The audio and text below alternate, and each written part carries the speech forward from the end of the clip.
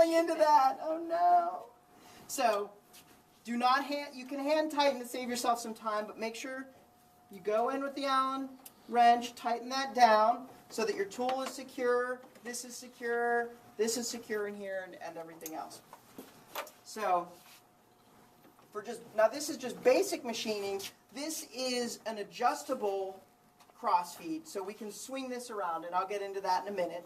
But this right now, since it's in alignment this way, does the same thing as this. I know it seems like redundant, and you're like, why do you have two things doing the same thing? But this will actually swing on an angle, so we'll do that.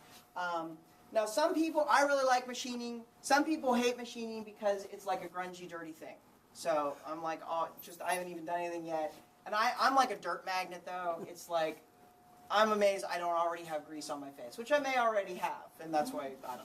So you want to make sure that things are not touching, because what will happen is, this is kind of the typical beginner's mistake, is you'll be really focused on your work that you're doing right here, and you'll forget that this chuck has the jaws that are spinning, and so you'll be working here, and you'll be like doing this stuff, you'll be doing that, and then doing this, and then one of these jaws that's spinning will like whack into the corner of one of your tool rests. So that is the stereotypical beginner's mistake, and it's like, it's bad. I mean, it's not horrible, like fatality bad, but it's damaging to the machine. It's really scary to you, so just be very conscious of that you're not going to have any traffic collisions. So it's really tough because I know you're going to be focused right here on this end and not worrying about the rest of the machine. What I would suggest with any of these new processes, you guys are already subdivided into 3 groups. So within your groups, I would at least get one buddy that you're going to just be working with. So you'll help each other out and double check and say like, all right, do I have the right wires connected to the right place for electroforming? What did James say about like collisions? I know it was like scary, but I don't know what that was. So, it's just that you can check out and say like, all right, does this look good to you? Yeah, I think everything looks good to me. All right, fine. So you want to make sure that the tool is not actually touching your piece, but everything is secure in there. And you can put, of course, if that oil worked. Do we have like a little oil over by the drill press? Or that like lighter oil that we have too will work fine. I hate like spraying the WD-40, but we can do that too. Do we have like a little no, that's a little... Alright, so this is not ideal, but ideally you just have like a little bit of oil there, but you can just put, inevitably with like demos, right? Dead? Yeah. So, of course, why? It shouldn't, there we go.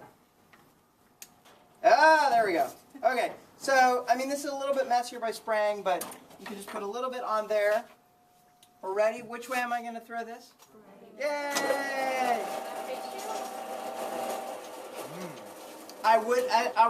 You missed that part when I was over at the bench grinder, that during demos you have the invisible face shield, because then you can't feel anything I'm saying when I have like a face shield in, because like this is there that you hear, and it sounds way too much like a Charlie Brown teacher voice. So you have the face shield and all other loose things tied back and all that other kind of stuff for rotating equipment. So you have that. You don't need to necessarily worry about all these other neat kind of things going on. This is like the milling attachment and different speeds and stuff like that.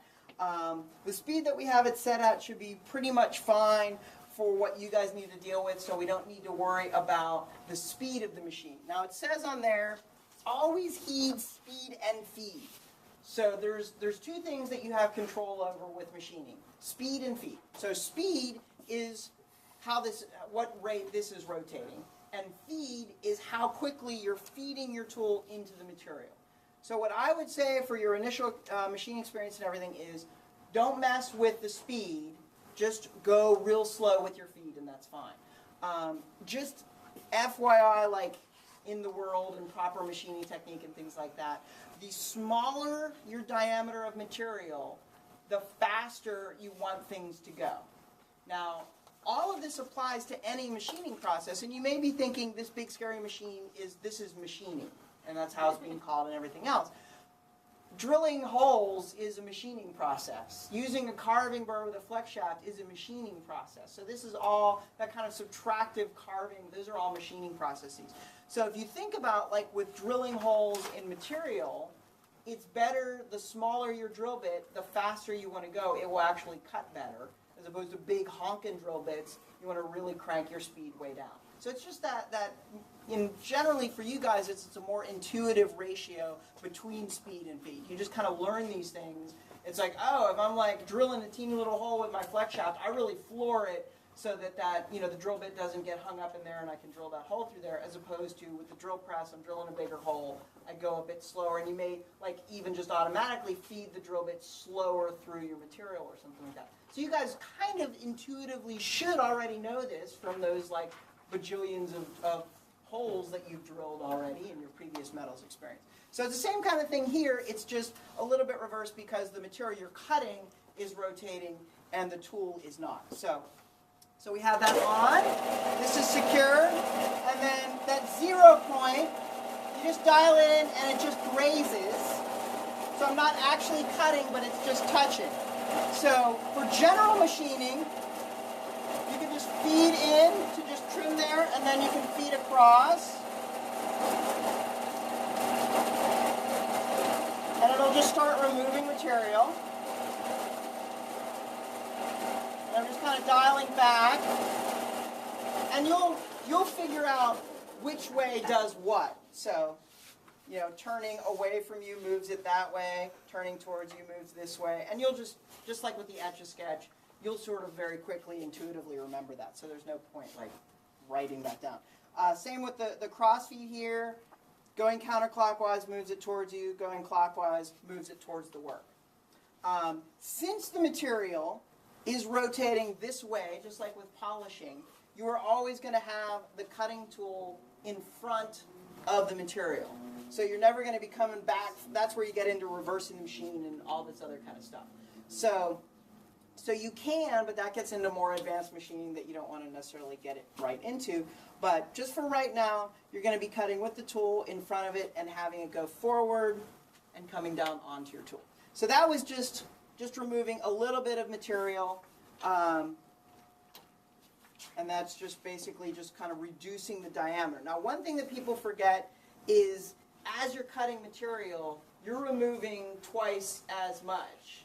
Like if you're just plunging into it, if you're like working on your chest piece or something like that, like as you're cutting on the front, it's cutting, it's spinning around. You're cutting on the back too. Does this make sense? You guys get that? All right. Okay. So you'll see what I mean. Like when you start doing it, you're like, oh, it'll get smaller a lot faster than you think it will. But you're removing like a paper thickness at a time. Yeah, you're 10,000ths of an inch, which is about the thickness of paper. You're just kind of trimming that off. You're probably what you might see in like YouTube videos and everything else, those big shavings and all that kind of stuff. You're not going to be there. Sorry to like crush your dreams on that, but you're not going to be taking off that kind of material. Probably it'll end up being this sort of powdery stuff. See this? We all know how to use this. I don't think I need to demo this. This is why it's there. You want to clean up your shit? I don't think we're going to get like really good shavings off here. I can do some for people if they need them for like the holiday ornament thing. Try to anticipate and avoid collisions. Sanding. All right, so I have on here finishing. Sanding while the part is still on the lathe is possible if done carefully. All caps, exclamation point. So we'll talk about your individual pieces if you want to do that or you feel confident about that, but that's a you have to be very, very careful about that because you're moving this tool away and you're putting your hands next to the rotating piece of equipment. Chatter or noise is the primary indication of something wrong. Some heat will be generated, but no material, whether it's your brass or your steel, should change color. If it is, you're generating way too heat and something is way wrong. So the tool could be damaged, and you may or may not be able to figure out what it is that is wrong. But the usual suspects of something being wrong are dull tooling or you have a poor setup. Okay, so that's just general kind of machining. How do you fix dull tooling? They're not going to. Okay. Bring it to your teacher, me, and deal with that. What's that? These would have to be reordered. Yeah, with the carbides, we're not going to get into regrinding the carbide tools. I probably spent several weeks, like when I did my night school thing, I spent several weeks like grinding tools. Like that's all I did is I stood at the bench grinder, and because there's all these angles and like chip breaking angles and rake angle, all this kind of complex geometry, and you're holding this teeny little thing up against a bench grinder. I'm like, I don't want to grind my knuckles.